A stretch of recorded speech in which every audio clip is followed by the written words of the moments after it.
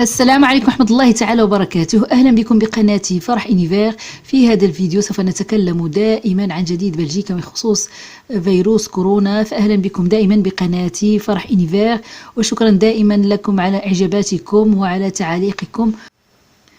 وفقا لتقرير معهد سيونسانو للصحة العامة في بلجيكا، لليوم الرابع على التوالي انخفض عدد حالات الدخول إلى المستشفى بسبب كوفيد-19 بنسبة 5%، والذي بلغ الآن 618 حالة يوميا في المتوسط.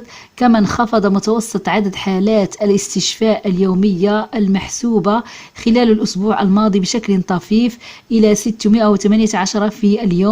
ويقول التقرير أن عدد الأشخاص الذين يتلقون العلاج في المستشفى الآن 6893، أي بانخفاض نسبته 5%. منهم 1464 يخضعون للعلاج في العناية المركزة. وارتفع متوسط عدد الإصابات بفيروس كورونا إلى 10,512 إصابة في اليوم بين 29 من شهر أكتوبر والرابع من شهر نوفمبر، ويمثل هذا انخفاضا بنسبة 35% عن فترة الأيام السبعة السابقة. وفي المجموع وصل إجمالي الإصابات بفيروس كورونا في بلجيكا إلى 494,168 منذ بداية الوباء في مارس الماضي. كما تسبب فيروس كوفيد-19 في وفاة 12,907 شخص في بلجيكا منذ بداية الوباء، بزيادة 199 وحدة عن الأرقام المنشورة يوم السبت. في المتوسط توفي 173 شخصا يوميا بسبب الإصابة بفيروس كورونا، بزيادة 66% عن الأسبوع السابق. Point sur la situation sanitaire chez nous avec des courbes qui continuent d'être encourageantes. 6 893 personnes sont actuellement hospitalisées, dont un peu moins de 1 500 aux soins intensifs. Le Covid-19 a causé la mort de 199 personnes ces dernières 24 heures. Ce chiffre-là est toujours très élevé. On notera également que le nombre de contaminations en Belgique depuis le début de l'épidémie s'approche désormais des 500 000 et on parle bien uniquement des contaminations recensées.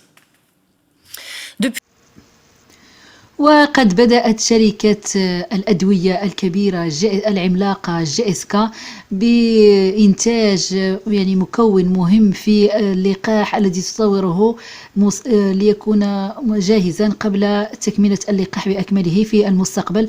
وقد بدأت في إنتاج هذا المكون المهم في هذا اللقاح المرتقب قريبا ليكون جاهزا. وهذا المكون هو الذي يطور مناعة الشخص إذا أخذ هذا اللقاح. وقد بدأ إنتاج هذا المكون المهم في اللقاح المرتقب في مدينة وافغ. هذه شركة الأدوية العملاقة GSK سوف تنتج ما يقارب 1,000,000,000 وحدة من هذا المكون المهم الذي ستعمله في اللقاح الذي تطوره حاليا.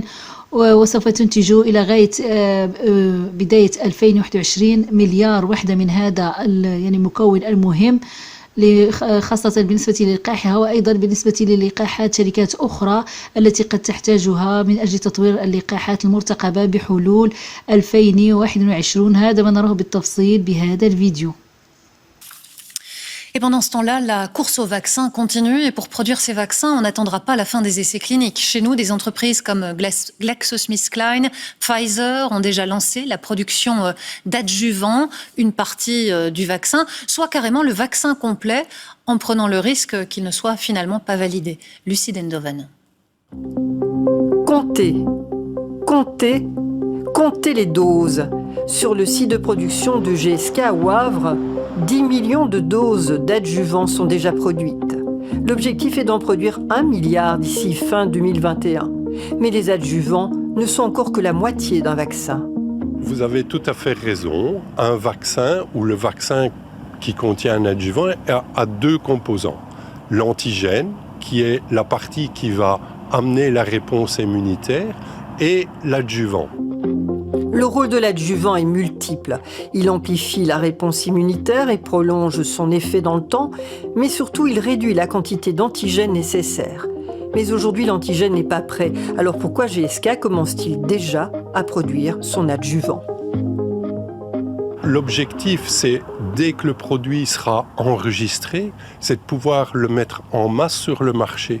Et c'est ce qu'on est en train de faire. On a commencé la production, on va accumuler ces doses et on sera prêt mi-2021 à pouvoir vacciner la population.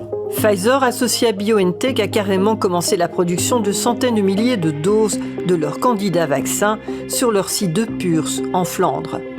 Un risque financier calculé qui ne seront pas les seuls à prendre.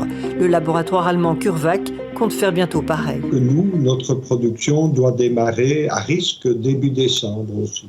Donc, une fois que vous avez choisi la dose, avec le soutien des gouvernements allemands, mais aussi, on l'espère, de la Commission européenne, donc je dirais le public nous aide à produire à risque pour avoir du vaccin prêt, si vous voulez, dès qu'on va ouvrir les résultats de l'étude clinique et qu'on montre la protection. Autrement dit, l'Europe met la main à la poche en préachetant ces petites seringues pour être sûre de les obtenir rapidement. وحسب بعد إحدى الدراسات أظهرت نتائج مسح فيروس كورونا التي تجربه جامعة أنتورب أن 22.4% من المرضى لا يزالون يعانون من أعراض فيروس كورونا لفترة تصل لشهرين بعد الإصابة. 65% من الأشخاص الذين شاركوا في الدراسة يعرفون شخصا من الأقارب أو الزملاء أو الأصدقاء المقربين الذين أصيبوا بنوبة خطيرة جراء الإصابة بالمرض. هذا بالمقارنة بحوالي النصف فقط خلال الفترة من يونيو إلى سبتمبر. يعرف 1 من كل 6 أشخاص شخصا مات بسبب كوفيد-19. وشارك حوالي 25,000 شخص في الاستطلاع الذي تم إجراؤه بالاشتراك مع جامعات هاسلت ولوفن والجامعة الفرنكوفونية الحرة في بروكسل ليل بي. وبحسب الدراسة فقد أصيب 812 من المشاركين بالاستطلاع بالمرض منذ شهرين على الأقل، وأكثر من 5 لا تزال تظهر عليهم الأعراض. ويعتبر الإرهاق العام هو الشكوى الأكثر شيوعا، بينما تشمل الشكاوي الأخرى ضيق التنفس وألم العضلات وصعوبة التركيز. المزيد من الناس الآن على استعداد للتلقيح. الأشخاص الذين تزيد أعمارهم عن 65 عاما هم الأكثر حماسا، وبين الأشخاص الذين تقل أعمارهم عن 65 عاما هناك استعداد أكبر بين الأشخاص الذين يعرفون شخصا مصاب بمرض خطير مع كوفيد-19. وحدد المشاركون في الدراسة أيضا تدابير كورونا التي يجدون صعوبة في تحملها، والتي كانت عبارة عن تحديد عدد الأشخاص في الجنازات وإغلاق الحانات والمطاعم وإلغاء الفعاليات الثقافية والاتصالات المحدودة والحظر المفروض على الرياضات الجماعية. ويعتقد المستطلعين أن العمل من المنزل وإلغاء القواعد الذهبية ال4 وإجازة نصف العام الدراسي الممتدة سيكون لهم أكثر الأثر.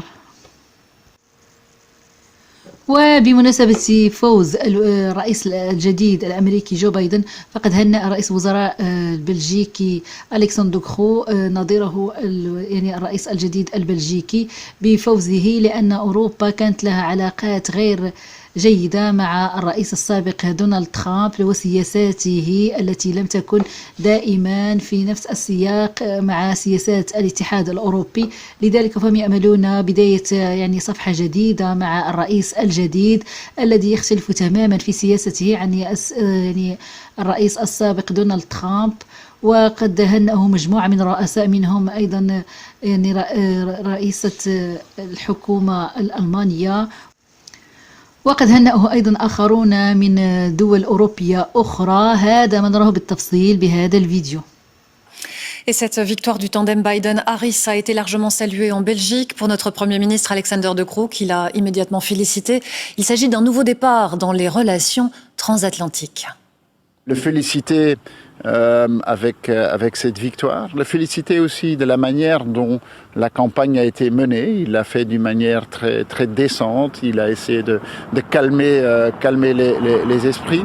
Et clairement, voilà, les États-Unis et la Belgique sont des partenaires dans plein de choses dans le monde. Et je me réjouis qu'on puisse faire un tandem dans tous ces sujets qui sont très importants et très urgents aujourd'hui. Par exemple, M. Biden a tout de suite remis en avant le climat, l'accord de climat de Paris. C'est clair que si les États-Unis et l'Europe sont sur la même page, on peut faire plein de choses.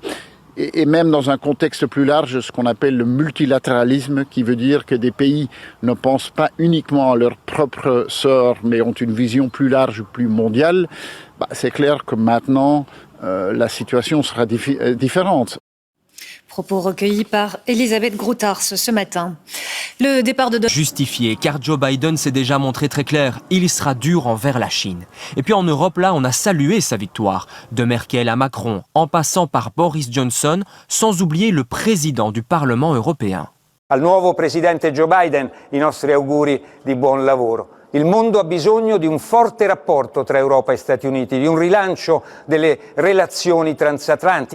Des relations qui seront plus cordiales, c'est vrai, mais pas forcément plus simples. Certes, Joe Biden veut revenir dans l'accord de Paris sur le climat, mais il veut, comme Donald Trump, que les Européens participent davantage au financement de l'OTAN.